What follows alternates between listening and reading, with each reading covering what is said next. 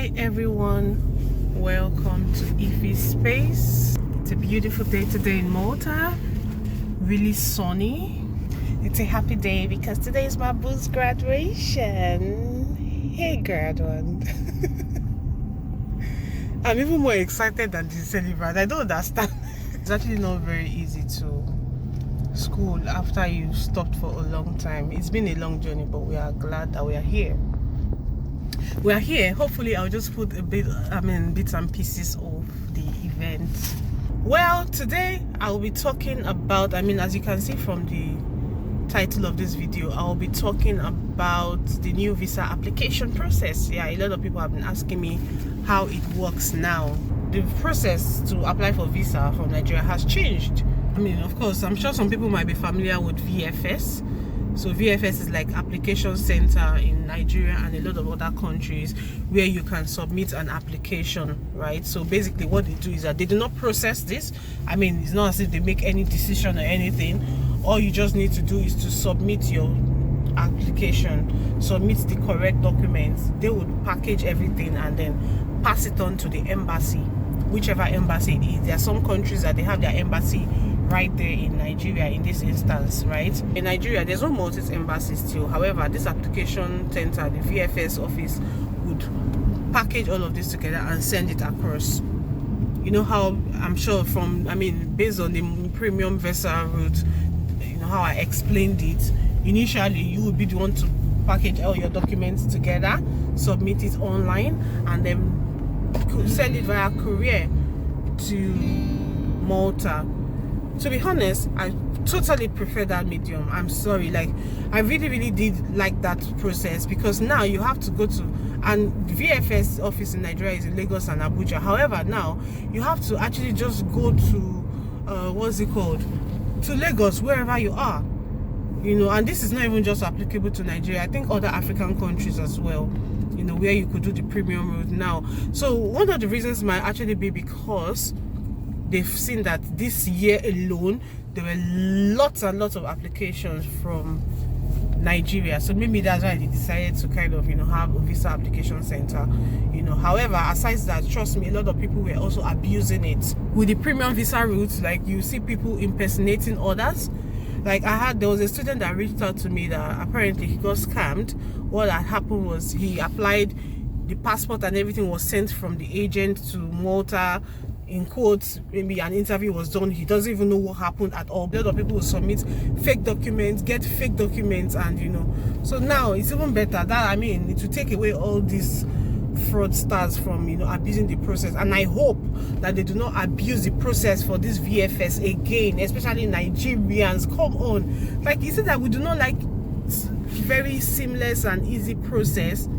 So, well, the way it is now, the way it works is that you have, for students at least, the school would have to book this appointment on your behalf. So they have their own portal where they can actually book appointments, which is way better. And in fact, they will actually make the payments on your behalf. For most of my schools, some of my schools already kind of collect visa payment and processing fee. For some other schools, they now have to start pretty much adding it to their entire process. Okay, so for schools and for students, the school will apply on your behalf to book the appointment at the VFS office. Okay, however, even for family reunification, if you are coming to join your family here, or you are coming to work here, or any other process, so there is now even tourism as well. So if you want to come here as a tourist for long stay, basically it's just long stay to see that sunlight. So okay, vitamin D, natural vitamin D, without having to take any medication.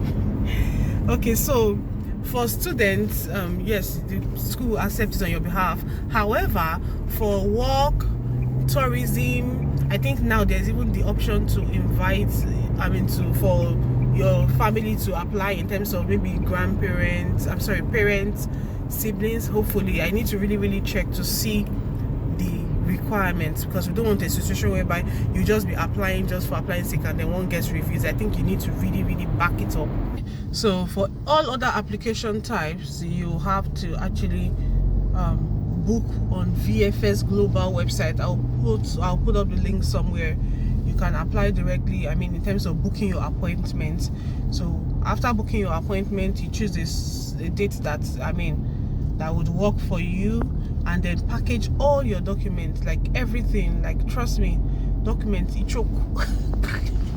The documents, don't be here. I mean, the documents, like, because now you have to submit originals in some cases. You know, you need to send your passport. And should I tell you why I prefer the previous method, the previous premium visa process?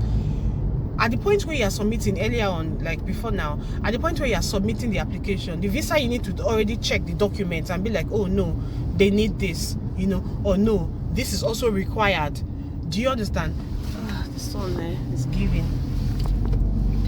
You know, so they would have kind of, in fact, they would most sometimes, like I had a couple of students that they would say, oh, this has been rejected because we need this particular document. And then when you send the document, they'll check again, approve it, and then you can send your, make payment, send your passport down to Nigeria. So you do not even make payment until they've approved, they've given that first approval, which, I mean, thankfully in my case, most of them, I mean, they got their visas, you know, after that first approval and after the passport got here.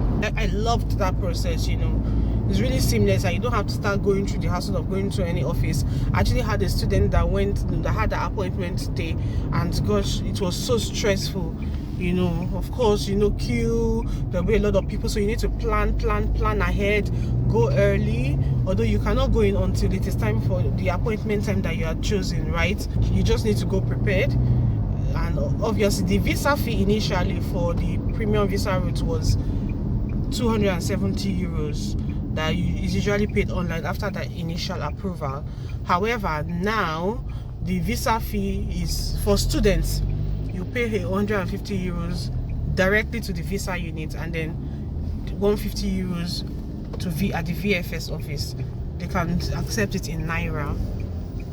So, I mean, I think that depending on the conversion at that time, it will be more strenuous. Like, you have to go through, you know, submitting your documents. However, I think it would be, especially because for students, the school would be applying on your behalf, sending the application, I mean, making the booking on your behalf. So I want to believe that most would be successful.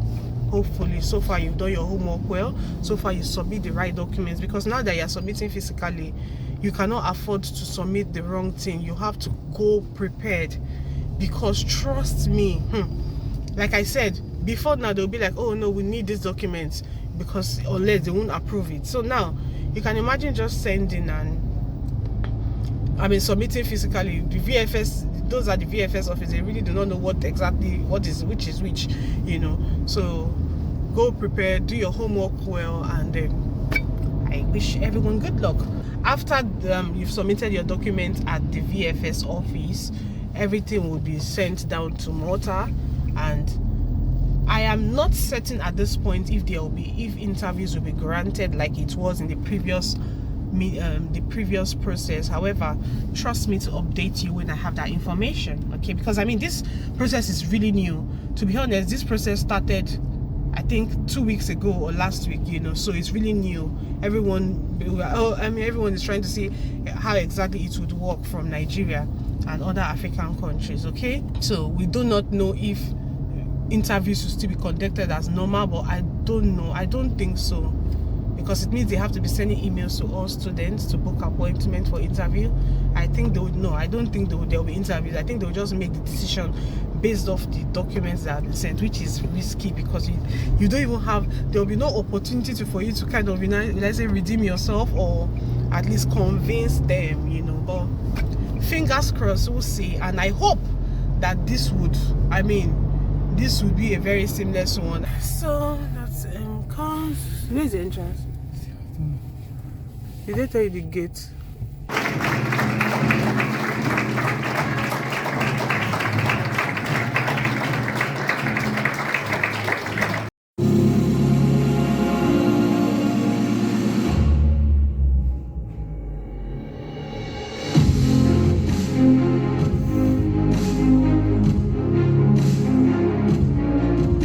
Information Technology and System, Aguno College.